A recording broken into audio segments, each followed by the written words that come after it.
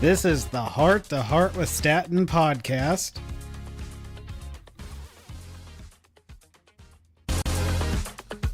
Welcome back to another Heart to Heart with Statton podcast. I am your host, Statton, and here's my co-host, Liv. And today's subject is going to be food for thought, where Liv is going to take us through her knowledge of cooking for beginners. So, Liv, I turn this over to you.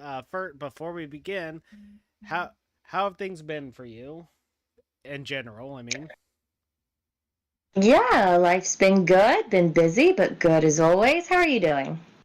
doing very well, thank you. So you say that you have some things that you would like to teach us about with cooking for beginners.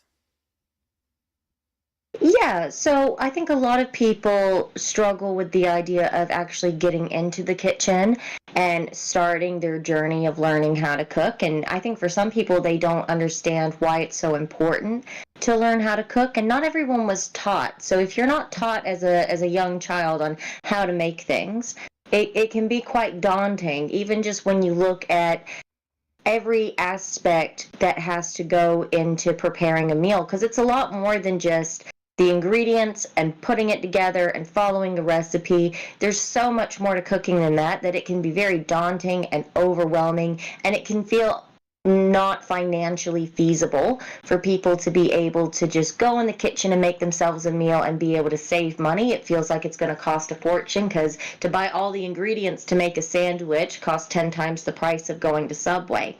But when you realize that you actually do have all of those ingredients and you have a lot more than to just make one, it does save money, but you have to do it the right way. Things have to be stored a certain way for long-lasting freshness, and people get upset around things like expiry dates and stuff like that. So we're here to make the kitchen seem like a good place for anybody to walk in, because everyone belongs in the kitchen. It's where the food is. Everybody belongs in there. So hopefully today we're going to be able to talk about some of the basics around cooking without you having to follow a recipe or anything like that today. You're just going to be learning some basic information just to be able to help destigmatize the kitchen a little bit. Awesome. So what would be step number one?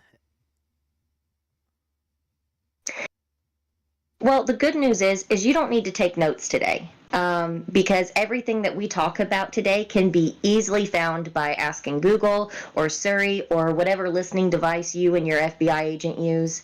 It's really basic information. And the wonderful thing is we do live in the world with cell phones and the internet, and you are able to just hop on Google or your preferred AI and ask whatever question you want, and you can reference back to the podcast, for what you've learned, obviously, but you can just quickly ask that same question. So you don't have to actually take notes, which is wonderful.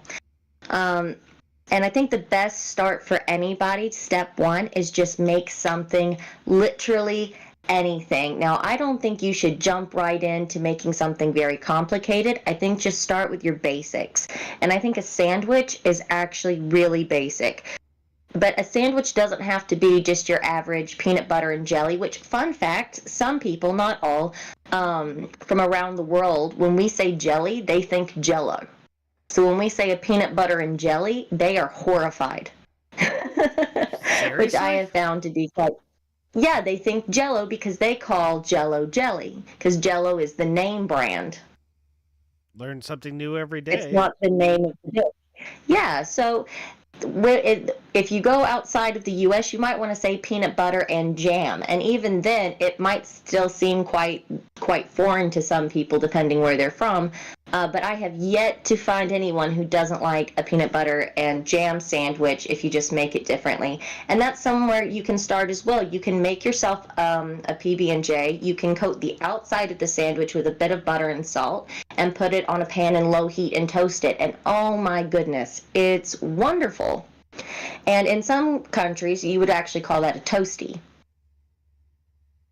Instead of, like, if you did a grilled cheese, we would say a grilled cheese in the U.S., but somebody else from somewhere else would probably call it a cheese toasty, which I think is a much more adorable name. I actually heard that name long before I heard people starting to call it grilled cheese, so yeah, I'm familiar with both.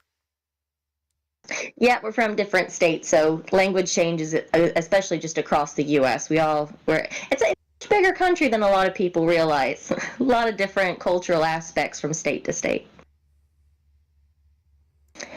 But the good thing about making sandwiches is you can literally just start with a sandwich. You can put anything in it. It doesn't have to be something that you already recognize, like ham and cheese. Wraps are one of the things that I love the most. If you take just a regular wrap, you throw it in a pan with a bit of olive oil, a bit of salt, and you let it puff up a little bit, and then you take it out, you can put literally anything in a wrap, and it pretty much tastes great. Potato salad, yeah, you could eat it alone, or you could put it in a wrap with some cold cuts or some cheese, or maybe you're more of a veggie person. You can take a can of chickpeas, rinse them, dry them out, and then you can toast them with seasonings and oil in your air fryer or in your oven. Give them a couple of turns every now and then. I like to make them spicy. Throw that in your wrap. You can have the most amazing chickpea wrap with just whatever's in your fridge. And I love that about sandwiches and wraps because it makes it super easy. Whatever's in your fridge, combine it all together. I promise you, even if you have a Thanksgiving dinner and you have some leftovers that you took home with you or whatever, you can take everything from that meal. I don't care if it's stuffing or cranberry sauce or whatever, throw it in a sandwich or a wrap, and I promise it's still good. My wife and I sometimes have turkey wraps where we take cheese and Miracle Whip and we'll wrap turkey around it. I don't know if that's the kind of wrap you're talking about, or if Yeah, no, absolutely. That's what I'm talking about. Just a really basic wrap because I want people to just start with what's least intimidating. And that is not a very intimidating thing to make. You're just taking pre-made things and you're putting it inside a sandwich or a wrap, and it makes for an easy, quick meal. It also helps with portion control, which I really enjoy. When you're using wraps or you're using a sandwich, you can kind of control how big your portions are a little bit easier. And not to mention, it's great for everyone who has to, go to the office or go to work, and it's something you can easily pack. So that's wonderful. And another thing is the crunchy fried shallots. You might know them as Frenchy fried onions or whatever it is you call them, but you can go and get those, and they taste amazing in literally everything. We use those to garnish pretty much anything. We love the taste of onions, and they're good. They're very, very good. So I recommend that. It's just a fun place to start, and it's a great ingredient to keep in the house. But we'll tackle one of the big things about cooking that I think intimidates people, and that's meat. Okay, that sounds So like a good idea. your basics of meat is that every meat has a temperature the thickest part needs to reach in order for the heat to have killed all the dangerous bacteria and for it to be safe to eat. The other thing to keep in mind is you most likely aren't going to die from food poisoning, and you most likely panicked about it and overcooked it anyway. And overcooked food is still good. It's not going to hurt you. It might not be as nice as something cooked to perfection, but we're just trying to start somewhere.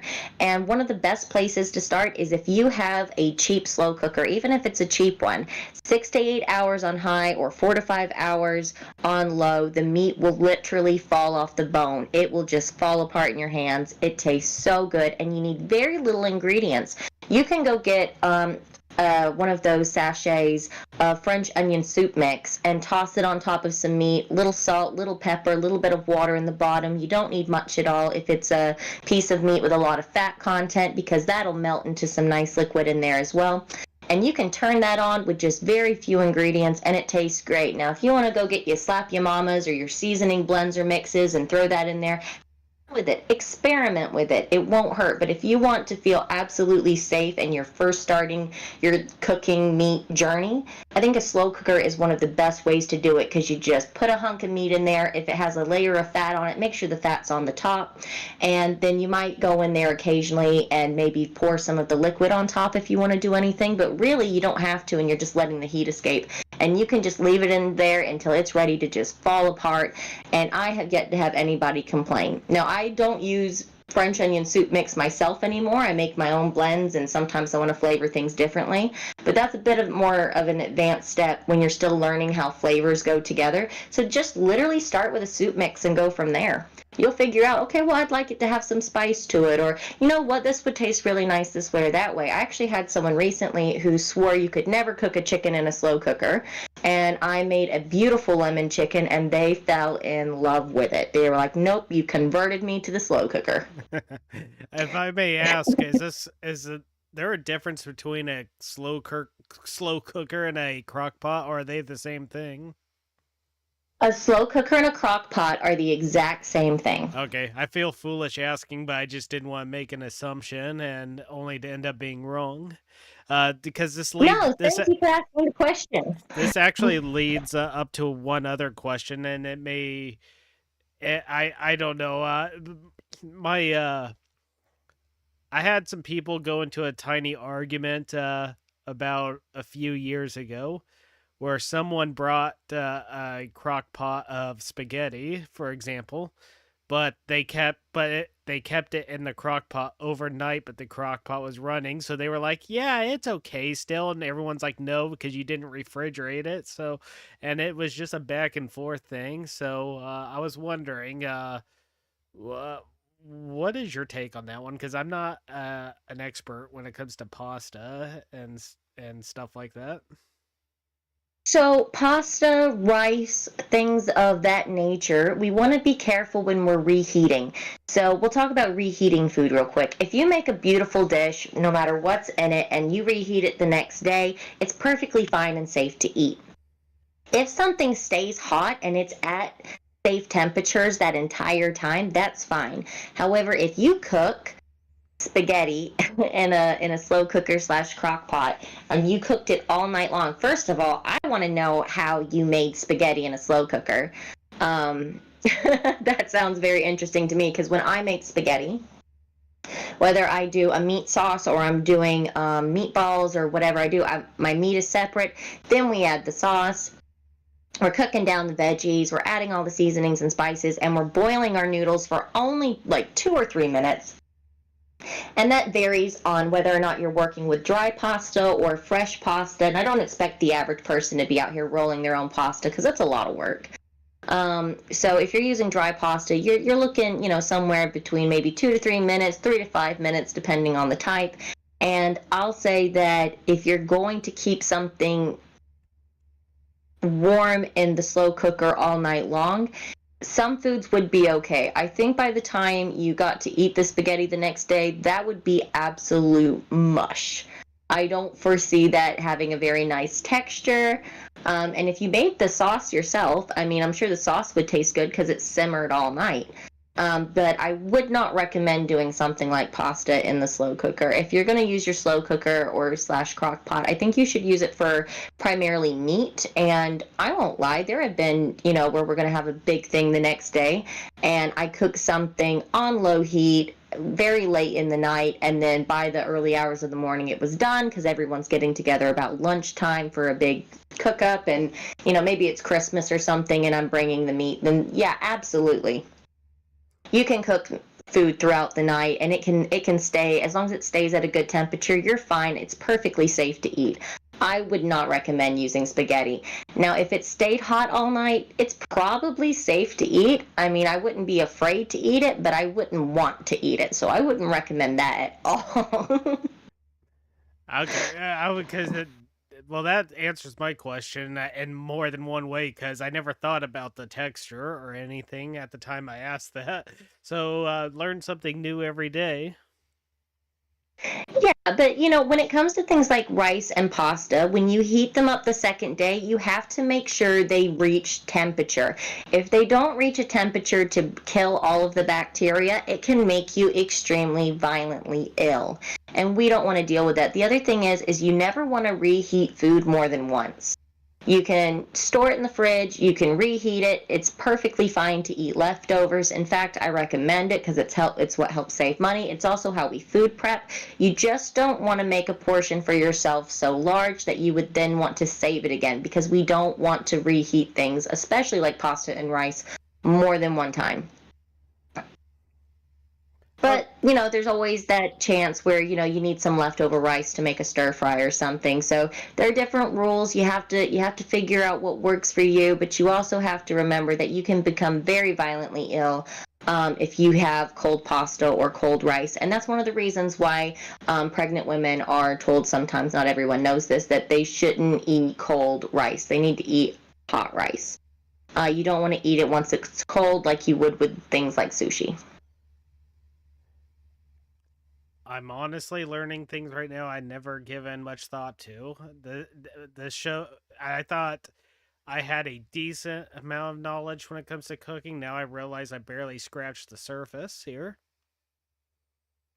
It can be very daunting. It can be very overwhelming. So today we're just going to cover like mostly the safety things around it so people feel safe to eat what they make. And one of those things is you don't have to wash meat. If you get a chicken, if you get, a roast, if you get whatever, you do not have to wash meat.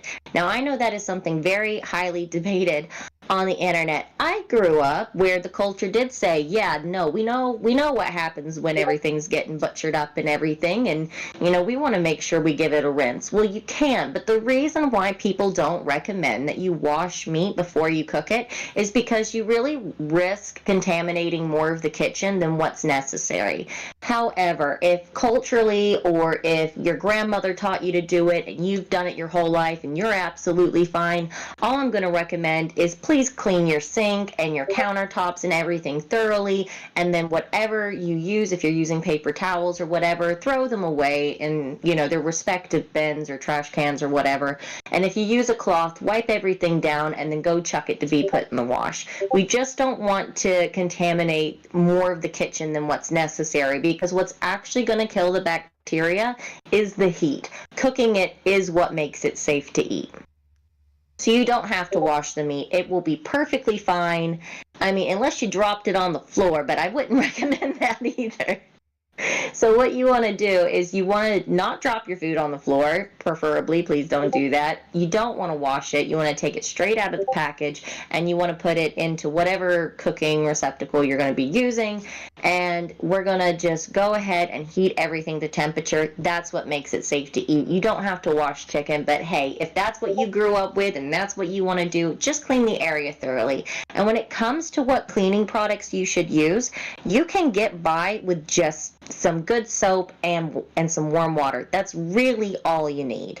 However, I will tell your listeners, if you're going to get some good soap, buy the more expensive brand. And I know that makes everybody go, what? Do you know how much soap we go through? Well, the thing is, when you use high quality soap, you need very little of it to clean anything, whether it's dishes or countertops or whatever you need to clean with.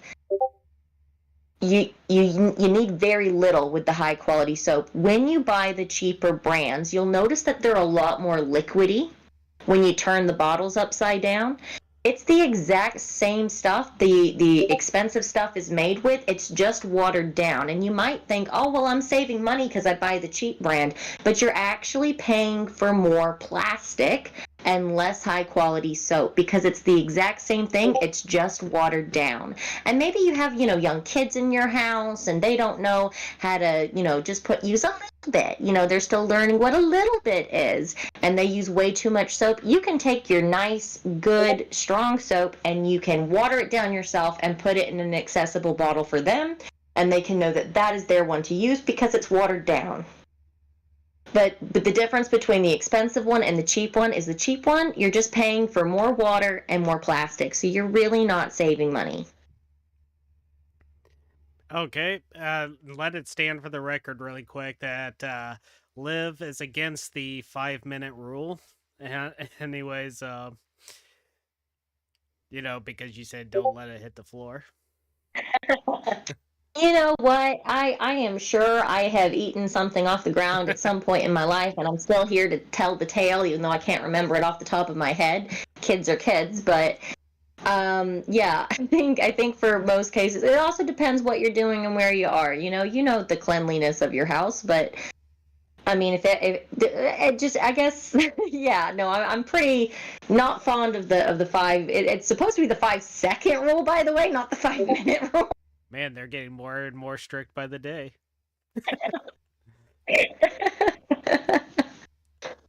But just remember, I mean, you're going to learn as you go when it comes to cooking. Like nonstick pans being cooled in cold water when they're still piping hot.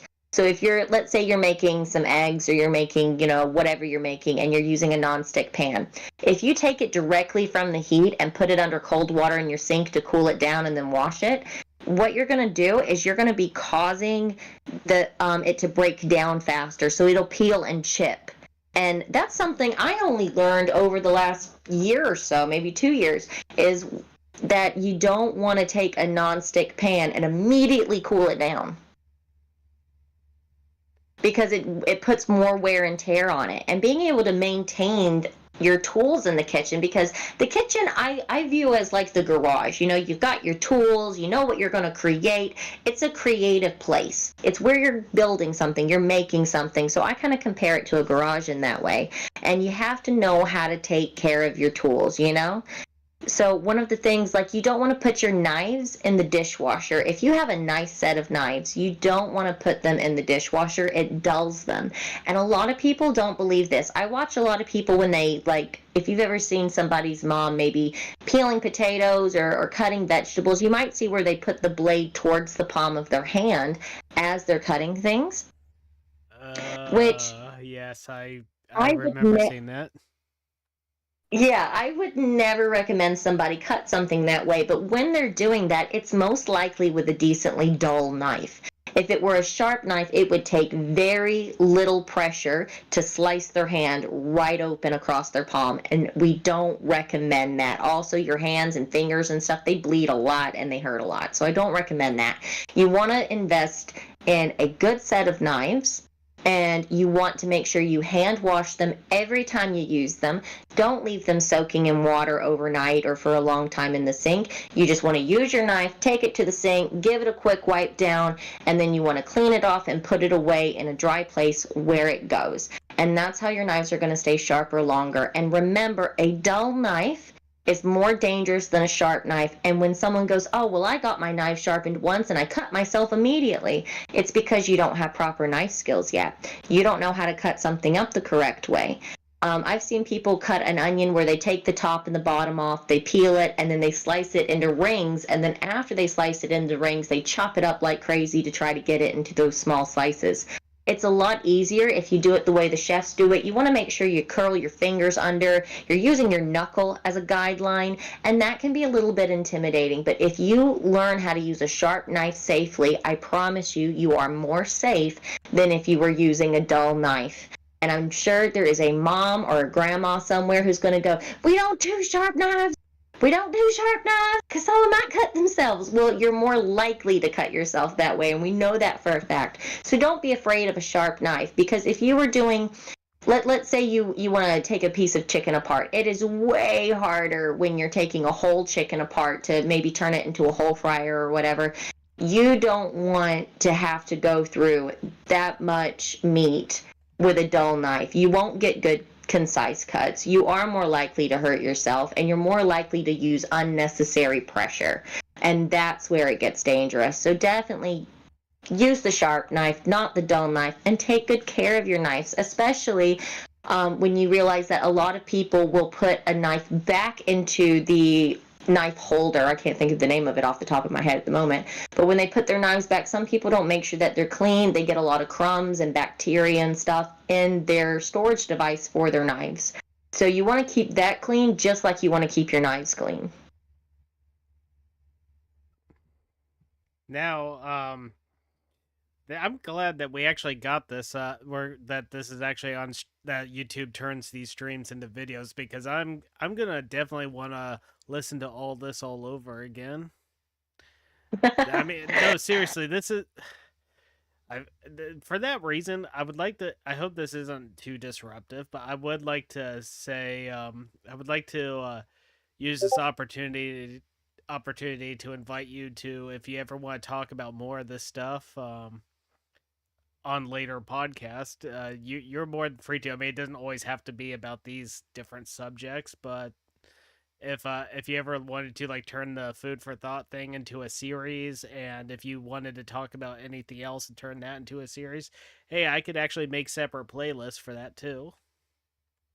Well, there's so many levels of the kitchen. I would absolutely love to do that because there's so many levels to it. It's beyond just, oh, here are the ingredients, make something, or here, follow the recipe, or here's all the ingredients. It's a lot more than that because cooking a meal starts way before you ever enter the kitchen. Think about what has to go into it. There's preparation, so you have to know what you want to make. But how do you know what you want to make? Well, you have to go to the supermarket. And when you want cooking to be cheaper, especially when you're trying to cook at home to save money, you want to go to the store. You want to base every meal you create off of, first of all, what's in season, because you're going to spend a lot more for items that had to be shipped over to you because they're not in season. When something's in season, it's going to be cheaper, it's going to be fresher, it's going to be better, and you're going to enjoy it a lot more. So we cook according to the seasons. The other thing is you want to see what's on sale at your supermarket. You also want to create a pantry. And if maybe you're getting your apartment for the first time, or maybe you've gone to college and you found a place to rent with your friends and you're getting like a wee house together or whatever your situation is when you're first starting out, you don't have anything. The standards for your pantry, depending on what you want to make and what your life allows, you want to be able to have your flour, your sugar, your salt, your pepper, your seasonings. You want to have the basics that you use all the time. So even if you can't make it to the grocery store, you know that you have things saved. One of the things about having a full pantry is storing things correctly. And a lot of people will get a bag of flour and then they'll use the flour, and you know that flour bag makes a big mess everywhere. Everyone hates dealing with that paper bag. You roll it up on the top and then you put it in your pantry. That's not what we want to do with flour. One, you're shortening its shelf life. You want it in an airtight container. Now you can choose your preferred kind of storage bucket or Tupperware, or back in the day they used to have a very specific type of Tupperware where they would do the Tupperware parties, and they used to sell big ones. I'm not quite sure if they still do, but you can get different plastic items or whatever kind of item you want. Some people don't want to use plastics. I don't blame them at all for that. Even if you just transfer that flour into a Ziploc bag, though, at least you're sealing it. You're taking the air out of it and you're storing it for long-term use. Also, when you transfer it from that paper bag into that container, you are lowering your risk of bugs getting into it, which no one wants to deal with the horror of making something. You dump the flour in and then you see little bugs. That'll turn you off cooking real fast. Also, it's easy for things like mice and rodents and roaches and all those kinds of things to get to your ingredients. So when you store things and you want them to have a long shelf life, and you do, because if you end up throwing away the food, then you didn't save any money. So when you have your flour and your sugar and your seasonings, you want to make sure they're in a proper container. Don't buy a seasoning, keep it in an open little box it comes in or however it comes, and then put it in the cabinet. If it doesn't come with its own entire container with a lid and everything, and it's perfectly sealed, you want to transfer it. Like if you buy seasonings in bulk like I do, they come in big bags. I can leave them in those bags if they reseal, but if they don't reseal, they need to be placed into an airtight container for long-lasting storage. If you go over to your mom and dad's house and you find paprika, for instance, in the cabinet, and that paprika is 5 years old because they barely ever use it except for on holidays for deviled eggs. Well, in that case, I wouldn't recommend using that paprika. Will it hurt you to eat it? Of course it's not going to hurt you to eat it. But seasonings lose their potency. They won't taste as fresh. They won't add as much flavor as you want them to. And that's why it's important to make sure that we're storing things correctly and we're using them up in a certain amount of time to be able to have the level of freshness we want. Will it hurt you to eat it? Absolutely not. It's seasonings. I just had a friend who had a whole bunch of seasonings, and I went on Google. Google is our friend here, friends, okay? We want to be friends with Google because you can ask Google lots of great questions. And the questions that I were asking, because I have chickens, is what seasonings and herbs are safe for chickens to eat and beneficial. And what's amazing is there's so many seasonings and herbs that are wonderful for chickens and help with their egg productivity and help them stay healthy and things like that. So I added my grains to a jar. I added some water. I took all of my friends' old seasonings that they wanted to get rid of that wouldn't taste as fresh or be as nice. And as long as they were safe, there's no, visible mold, and there's nothing in there like additives and stuff that could potentially hurt my chickens, I mix those all together into a big mix. I add a couple of tablespoons of those in, water to soak, and I even did a bit of apple cider vinegar because as long as you don't go too heavy with it, it's good for them. I let it soak, it doubles in size, and then I fed it to my chickens, and I tell you what, they started laying more than ever. So you can still use them for other things. They just aren't going to taste as fresh as what you would like. But it won't kill you to eat it. And I think that's where a lot of people struggle is, but will it hurt me? Because no one wants to deal with food poisoning. And if you've gone to a restaurant and it's not a great restaurant, you've had food poisoning. Most people have had it, a few times in their life at least. And we don't want people scared to eat their own food. So we're going to go ahead and tell you when something's safe and when it's not safe. And we can talk about this I could talk about cooking for literally 20 hours and would not run out of material. I hesitate to ask this because I don't want to sound like I'm being confrontational, which I'm not. This is a question merely to learn, but I don't also want to make you sound like you're being controversial. But what about, are you saying that the people or I don't know what you call it, the health code or the health inspectors and everything, do you think they are way too strict on these type of rules then? I think when it comes to, so we have different standards depending on where you are. And our baseline is we just want people to eat safely. So I'll talk to you about one thing. It's not so much that I have a problem with the standards. The standards are fine. And if you're working in a commercial kitchen, I expect you to uphold those standards. The problem is people don't actually know what the standards are and why they are what they are. So one of the things I see a lot, especially in the cooking videos online, people go, "Oh my God, you're not wearing gloves?" Why would an open box of gloves that is just sitting out in the open, why would those be more clean than my freshly washed hands? They're not. You Never don't really want to thought wear about it. gloves when you're doing it.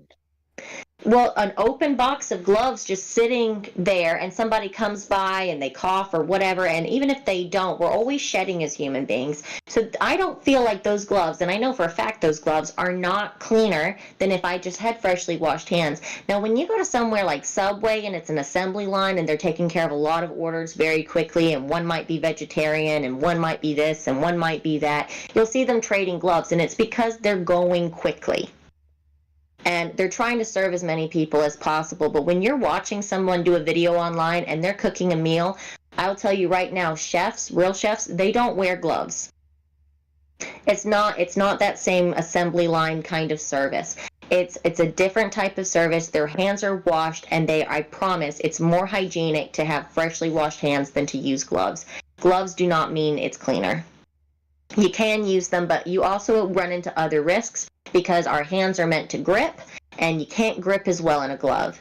So you risk other things. Now, one of the times you might use a glove is if you were to cut yourself in the kitchen, you would want to immediately walk away from all of the food. You would want to have the area cleaned up and sanitized appropriately. You want to clean up the wound on your hand. You then would put a glove on, and that is to protect the food from your bodily fluids. But you are not going to have that issue if you don't have an open wound on your hand, to which you don't need to wear a glove. You just need to wash your hands with good soap, warm water.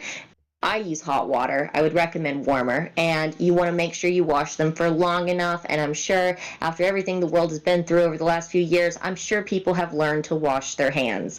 So please just wash your hands. You just want clean hands in the kitchen. And if you touch something like raw meat, then you go back to your sink and you wash your hands again.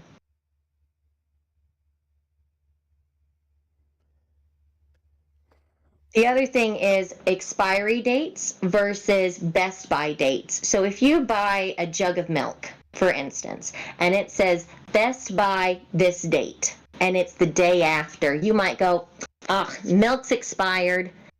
Well, give it the sniff test, smell it. If it smells sour, or if it's visibly chunky, or if it doesn't taste quite right, chuck it out. It's not good for you. But the difference between an expiry date and the best by date is it's best by this date, which means for freshness, for flavor, for the highest quality of that, you want to have it before that date. But an expiry date means that this is long gone and it's time to chuck it out. So that's the difference between best by versus expired by.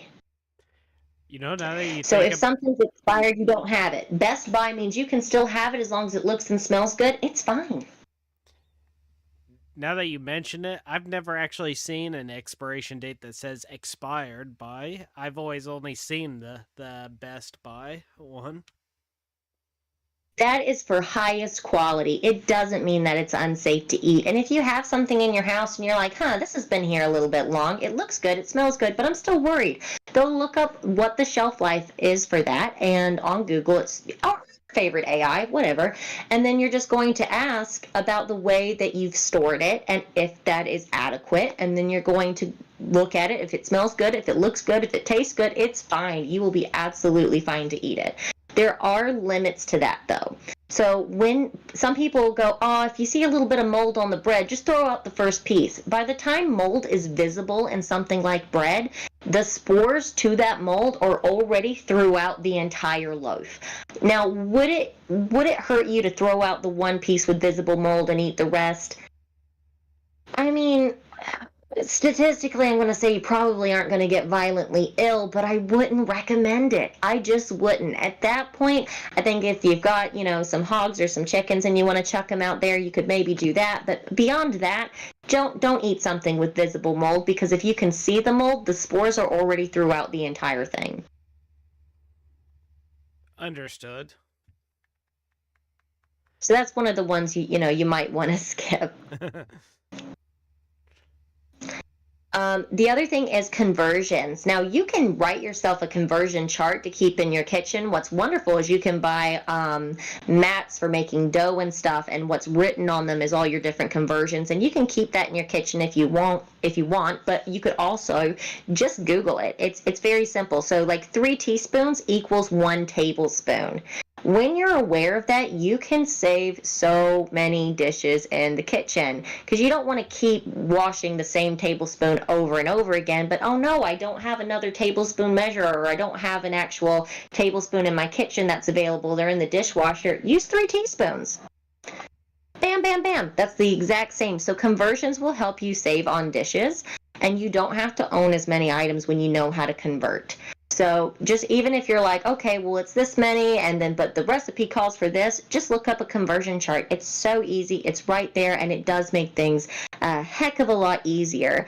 Like if you don't have, sometimes when you buy measuring cups, you'll see that there's not a 1/8 mark, but a recipe will call for an 1/8. You can Google how many teaspoons, how many tablespoons are in an 1/8 of a cup, and then you can do it. Easy peasy, lemon squeezy. Now, Mike, this is something I can't believe I'm saying this. This is a stream that my brother's got to watch, because he's in the habit of, he doesn't like food to be too hot, so he won't, like when we were talking about the pasta earlier, he will not heat it up to fullness because he still wants it to be cool, and we're like, you're going to get sick that way. But it's like, maybe if he hears it from somebody else, he'll see the sense in it. I have had that argument with many people, and this is what I have found. People who will eat food past a certain point, like for me, leftovers can go in the fridge for up to 3 days, and then after that day, they're going out to animals, or it's going in the bin, in the trash, whatever. So that's my standard rule. You can have your own rules. Some people will say 4 or 5 days. I don't agree with that, but you're allowed to do what you want to do. I have found with people who have eaten that way their entire lives, they tend to have very strong stomachs. So if he's done that his whole life, he most likely has a very strong stomach, or he's just used to having issues in his gut and therefore doesn't notice the difference. I would not recommend that. And if he's going to heat something up, if you're reheating something, especially if it's pasta or rice, You absolutely want to bring that up to temperature again. And if you want to eat it cooler, then just let it cool down and then take a bite. Blow on it, whatever you got to do. As you eat it, it doesn't matter to me, but you want to bring it to temperature, because when it comes to those things, you can get violently ill, and some people have even died. So I would recommend absolutely bring your food to temperature first and then consume it. Yes, amen. Thank you for bringing that last part up. Will tell, because I know we haven't actually talked about any recipes today, so I'm going to tell everyone a 2-ingredient recipe that they can start with, and they can kind of go from there. If you are sick and you need something, or even if you're not sick and you just need something to eat, you can get some chicken broth. I don't care if it's the pre-made chicken broth or if it's the instant chicken broth. Use what you've got on hand, what's available to you, and what's affordable to you. Put it in a pot, bring it up to temperature, heat it up. You don't want it to be on a rolling boil. But what you do want is you want it to be nice and hot. You don't want it to be too cold. So once it comes up to a boil, you're going to turn down your temperature slightly, and then you're going to stir it so that the liquid is moving. You're going to go get an egg. I don't care if it's one egg or a few eggs. It depends how much you're making. But if you want to do maybe 2 cups of broth to 1 egg, I think you'd be absolutely fine. You'll figure out what ratios you like. Crack your egg, give it a little mix up, and then while the broth is moving and you're stirring it, you're going to pour in that liquid egg. And then if you do it correctly and everything's the right temperature, it should go kind of like ribbons. You're not going to touch it for a second. You don't want to just be whipping it. When I say you want the broth to move and then you want to remove the spoon and gently pour in your liquid eggs, you'll get these beautiful little ribbons out of the egg, and it kind of works like an egg-based noodle, and they're just beautiful. And that's how you make egg drop soup. All right, and then you can add whatever you want to your heart's content. Now, somebody else might, grill their onions or whatever, and maybe they want to add this or that or ginger, but you can add whatever you want to it. But if you just have egg and broth and then just season it up nicely, I promise it'll still taste good. It might not be authentic, but it'll taste good. And then you can add your salt, your pepper, your green onion, your ginger, your garlic, your chili oil. You can add turmeric for color. By the way, if you are scared, and soy sauce, because soy sauce makes everything taste great. Remember, soy sauce is salty though. So if you're using like an instant broth, or if you're using sorry, my phone made a sound. It distracted me. Oh, that's because tinfoil just stepped in. Hey, tinfoil. You know what they say about snitching, Statton? So soy sauce is very salty, so make sure you taste as you go, just to make sure. But you can add any ingredients you like into that, or none at all if you have more of a bland palate. And it'll taste absolutely wonderful. You just want to make sure it's not too salty, not because it'll hurt you necessarily, but because you just want it to taste good. I do apologize if the reason we didn't get into the ingredients now is it's because of me with all the questions I kept pelting you with. No, please, give me all the questions. I'm always afraid that I slow you down. It's like we could have gotten. In fact, I keep forgetting to announce to the viewers that that's open for anyone to step in, like Tinfoil just did, unannounced. I'm kidding, Tinfoil. Okay, I'm taking. Well, I am more than happy to take questions. Huh? What were you talking about? Because something good about a recipe and tasting and quick rundown. We're talking about. Hold on a second. I can hear my own voice echoing back at me. Liv, do you know a way to sum up what we covered over in just like maybe 2 minutes in a 2-minute chat? Like the whole podcast? No, I mean, like, okay, I mean, ingredients was the recipes was the last part of the conversation, but also talking about what's okay, what isn't okay, like foods that are to be reheated, what healthy living and healthy recipes. Okay. Well, sort of. It's more like cooking for beginners. Yeah, so what we've kind of encompassed today is cooking for beginners, bringing things up to temperature. Like we talked about meat. So when you're dealing with beef and you're making a steak, for instance, you can keep that steak pink in the middle, and people love a medium well or a rare steak even, and some people have a blue steak, which is even more raw. And the reason it's okay if prepared correctly to eat that, and it's the center's not quite as high of a temperature, is because it's beef, it's red meat. And the beautiful part about it is that you only have to worry about searing the outside of it, because that's the side that has been open to bacteria. So that's why we can have a pink steak. The inside, it's never been out in the air. It doesn't have bacteria on it. It's perfectly safe to eat that steak with the pink middle. As long as it's brought to the appropriate temperature, it's perfectly safe to eat. However, if you're using any form of minced meat, once it goes through the grinding process, everything has been thoroughly exposed. And that's why you want to cook it all the way through. Okay, so mind if I ask one specific thing about that meat you mentioned, if I'm not interrupting that much, of course. Not at all. Sure. So blue steak, you said it's beef and it's more raw than raw. So what's more raw than raw? It's still mooing? It's not still mooing. That might be a joke that people say. It basically means there's actually a movie, and I can't remember the name of it. I think it was Come Dine With Me or something. But basically, they flip the steak on the thing, and it's only just seared on the outside, and as long as the meat's brought up to temperature, it's perfectly safe, and as long as it's high quality meat, you'll be doing absolutely fine. A blue steak is more rare than rare. It doesn't mean raw. Raw and rare are different. So basically, I'm guessing it's just flame kissed. Flame kissed, yeah, that's another way you could describe it.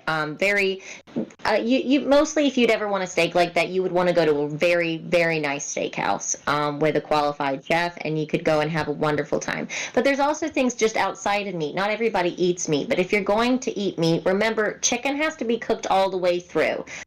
I once went to a dinner party, and they served these pieces of chicken, and the inside was pink, and they're like, oh, a little bit of pink and the meat won't hurt you. Yes, it will. Chicken is one of the things you need to cook all the way through. We're not risking salmonella. We aren't risking food poisoning. Chicken will make you very violently ill if you eat raw chicken. That's why we don't do that. There's other things that won't hurt you, though, when you have them at a different temperature, and one of those things is beef. There's lots of ways to deal with beef, though. You have to remember that when we dry age meat, like if you're going to make a jerky or something, you're drying out the meat. It's a different process. So there's different processes to what you're doing, and it depends on the type of meat. But if you're questioning, let's say you cook a chicken, for instance, you just want to bring it to the appropriate temperature through the thickest part of the meat. And if you just Google what temperature does chicken need to reach in order to be safe for consumption, Google will tell you the exact temperature it needs to reach, where to stick the thermometer, and you'll be able to have a safe, not overcooked meal. But even if it is overcooked, it's not going to hurt you. It just might be a little bit dry. There's nothing wrong with that, because gravy can fix that. Gravy fixes everything. But outside of meat, you have vegetables, for instance. Vegetables are safe to eat, even if they're a little bit floppy or bendy. Things like celery, broccoli, and even carrots can be revived by soaking in ice water. So if you bought some celery for a dish and then you didn't use it, take those celery sticks, wash them up real good, peel them if you're the type to peel them, because some people can't handle the strings, and then soak them in some ice water, and they'll become nice and crisp again. Now, I would like to point out that between you and tinfoil, I've learned new names or phrases to things I've never heard of. Like, I know what he meant when he said flamed kiss, but I've never heard of that before. And you earlier said something about grabbing some things in the list of things you said to grab. You said slap your mama or something like that. Like, what is that? I've never heard that That is a before. very popular seasoning. Yeah, it's like a seasoned blending. I'm not in Yeah. America, but I know even that. But if you want a nice new term for meat, if you want statin, I'm gonna. You might heard it, but it's more of a you need a machine for it. It's called sous vide. Uh, I've never heard of it before, but I'll Google it. Well, basically, a lot of stuff you can.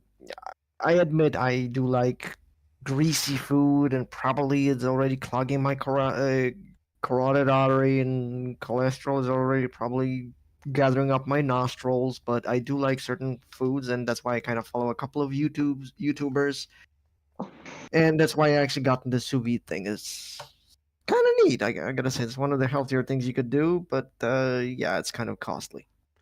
Well, it Understood. also depends on what you on what you need particularly as well. I always try to tell people you can't call any dish healthy because a dish that is healthy for one person might not be healthy for somebody else.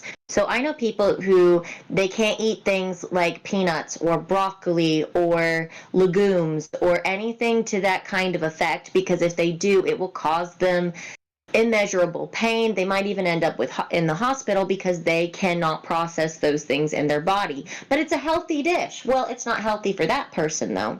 And when you're talking about sous vide, which is basically where you're using very, very hot water inside of a bag. You're going to put the meat and then you're cooking it. And you want a proper sous vide contraption, is what you would want.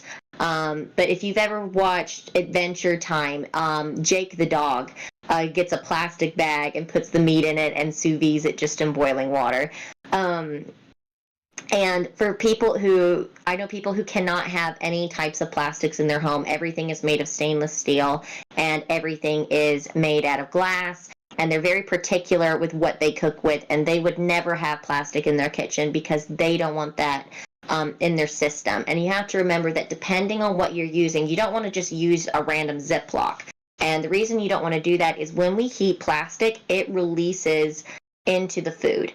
And we don't want to put that in our systems. I mean, depending on, again, who you are and what you're trying to accomplish in the kitchen, which was another thing I was going to bring up earlier, which is, you can focus on, your health and things in the kitchen, and you can go, oh, well, I want to use stainless steel and I want to use this and that. But if you don't know how to work with that equipment, it can be very intimidating. Like learning how to use a stainless steel pan so that you can flip anything on it, there's a learning curve that has to happen there, or you end up with a big old mess of things are burning and they're not flipping, and it's not non-stick. However, non-stick, if you don't know what you're doing, and let's say you used a fork or a spoon or any other metal thing in that pan and you scrape the bottom, you're putting that toxic non-stick coating into your food.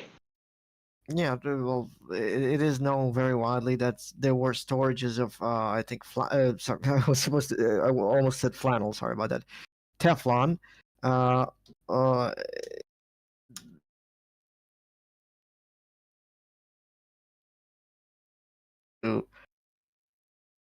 but if you were saying about the non-stick non-stick effect, right? If you would be, if I may, I would want to just point out that technically speaking, if I'm not mistaken, because as I said, I do cook a little bit, but then again, I'm no expert by any means. But the stainless steel pans and same with cast irons can be non-stick depending on how you use them. For example, if it goes for cast iron, I think enough of oil and air temperature and basically there will be non-stick. Same with stainless steel. It's just because of I think it's called Leidenfrost effect, which basically means if you put a really really hot pan, there's a drop of water, right? It's gonna immediately start evaporating. It's gonna lift. The steam is gonna be like a barrier between the droplet of water or whatever you put in the thing, and it's gonna be non-stick because of it, as long as the steam is there, or something like that.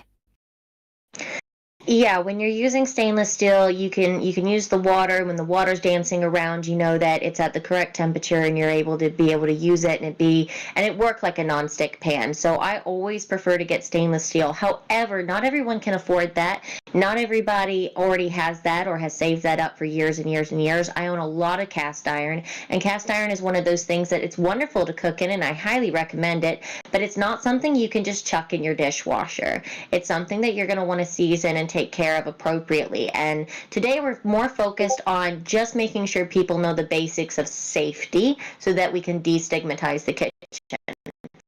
So a lot of people, they might already have a nonstick pan because they're excessively common, especially in the US. And people know them because, oh, I can, put an egg in this and it flips easily and it's super easy. But they don't realize that when you scrape it with a spatula or something, those black specks aren't burn marks. It's the residue from where you've scraped up the nonstick coating. And that's not good for you. We could also go into things, and this is why this should probably be a series, is because even when you're dealing with aluminum foil, or however you want to say that, when you're dealing with Careful. that. That's a sensitive topic. Remember my nickname. Oh, tinfoil. Don't rag on tinfoil. Yeah. One of the things is when you cook with it a lot, and I know some people who use it to kind of cover their oven to make sure their oven always stays clean. The thing is that they do leach toxins, and so you just want to kind of keep in mind that there is stuff that will it kill you instantly to wrap something in tinfoil or whatever? No, it's not. But I remember I recently went to a shop, and those big metal. Well, they're not metal; they're aluminum, but they're the ones you might see at a cookout, or maybe there's a buffet, or maybe somebody's doing like an event where everyone brings a dish, and you see those ones at barbecues. I went and saw one of those at the market, picked it up, and I looked at the back, and there was a warning symbol on it that says may cause birth defects. And so you want to be careful when you're using cheap materials. Now, I'm not saying that you're going to instantly die if you use them. Of course you're not. You're going to be okay. But we can focus on getting you the highest quality of everything and getting you to that more holistic, more healthy, and less toxic lifestyle once you're more comfortable in the kitchen. In the meantime, let's just focus on getting yourself into the kitchen and making something. It can be literally anything, and you just want to follow some pretty basic safety tips. Like when you're pouring a hot liquid, like you're draining potatoes or pasta, you pour away from yourself, not towards yourself. And it can be, you can think, oh well, I'll pour it towards myself, but that's a real easy way to end up with some very serious burns. We pour away from ourselves, not towards. And there's an investment to be made when you're acquiring any new skill. Just like in a video game, the real world's the same. And cooking is a skill that people don't want to miss out on, and we're just trying to make it as simple as possible today, and I hope that we achieve that goal. I believe we have, and I agree with you. We should turn this into a series. So even though this is technically a Heart to Heart with Statton podcast, and it will remain as such, consider this episode 1 with Lessons with Liv. Food for thought. Well, thank you for having me on today, Statton. I'm pretty sure we've about run out of time, but if there's any questions, I'm happy to answer those quickly. But otherwise, thanks for having me on today. Well, before we go, is there anything you would like to advertise? Well, I did used to work in a cooking school, and I really loved my work there because I was specifically teaching cooking to people with diverse needs and special needs, and that was a very rewarding experience, and that, along with my own personal experience, is why I have a lot of information around cooking. But my actual day job is not that. I am a counselor, I'm a life coach, and I'm a quality of life specialist. And I work with people both with and without disabilities to be able to help them reach quality of life. And to me, we go for a holistic approach, and I want to make sure that everybody has that option. So we try to work with people based off of what they can afford and based off of how much they earn, so that people can afford to get help when they need it. We also do a lot of really awesome things where we try to raise money and give out as many free sessions as possible, because everybody should be able to have support in their mental health. And anybody is more than welcome to reach out to me on any platform. You can even just send me an email at NTOL, that stands for Nutri of Life, at coaching@gmail.com. So NTOL coaching@gmail.com. You can send me an email, and if you need some help and you're struggling with your mental health right now, even if it's something outside of your budget, or even if you think that you've done it before and it hasn't worked, or you haven't found quite the right fit, I implore you to please go ahead, send us an email, and let's see if we can't get you on track to have better quality of life. because that's what every single human being deserves. And if you need some help in that department, I'm more than happy to help you. And also, I would like to say this is brought to you by my Discord server called Statton's Mansion. I leave a link to it in the description of all my videos if you're interested in joining. Also, I leave a link to my Venmo account for optional donations. Donations are not required, but they are appreciated. Tinfoil, is there any last minute things you would like to say? No, thank you very much. Understood. Well, with that said, I hope this is helpful to everyone that listens to this, and I hope you all enjoyed it. I know I did. My name is Statton. Like, share, and subscribe. And you all have yourselves a wonderful day. And remember, you are not alone.